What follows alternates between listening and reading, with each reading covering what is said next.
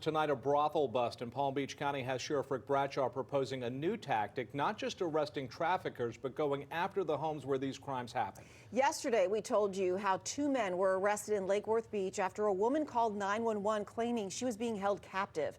Investigators later discovered a brothel operating out of an apartment. The suspects are two illegal immigrants from Guatemala. This all comes as Florida lawmakers begin a special legislative session to address illegal immigration in our state. Yeah, tonight we have team coverage. Our Victoria DeCardenas is breaking down a new immigration bill that seems to be a compromise between GOP lawmakers and Governor DeSantis. But first, we want to go straight to Katie Benty, who is investigating if seizing brothel homes could help shut down operations for good. Katie? This home here blends right into the neighborhood, but investigators say inside it was a nightmare. A fully operating brothel where women were trapped, threatened, and sold for sex. Now, Sheriff Rick Bradshaw says he wants these crimes to stop before they start, and he believes that maybe seizing these properties could be the answer.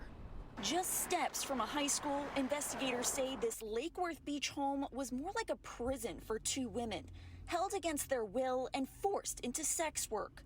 When one of them managed to call 911, deputies moved in, rescuing the victims and arresting two brothers from Guatemala. This should have never happened. These people should have never been here. But Sheriff Rick Bradshaw says taking down the traffickers isn't enough. He wants to seize the properties where these crimes happen, cutting off the operation at its roots. If these houses and the people in them are a danger to the community, we're going to look at taking the houses away from them. But can law enforcement actually do that? Florida's forfeiture laws do allow property seizure if a connection to a crime is proven. But here's the problem.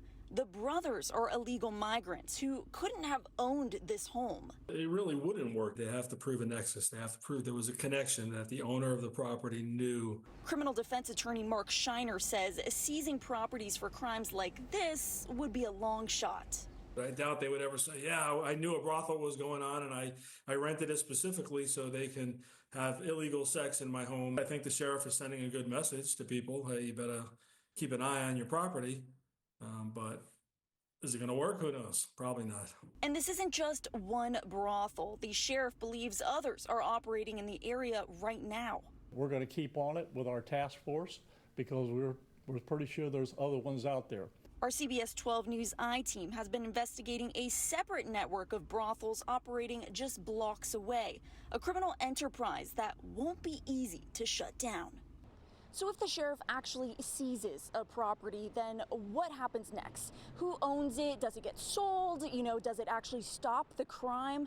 Right now, there aren't a lot of clear answers, but Sheriff Bradshaw says he's exploring options, and this may just be the beginning. Reporting in Lake Worth Beach, I'm Katie Benty, CBS 12 News.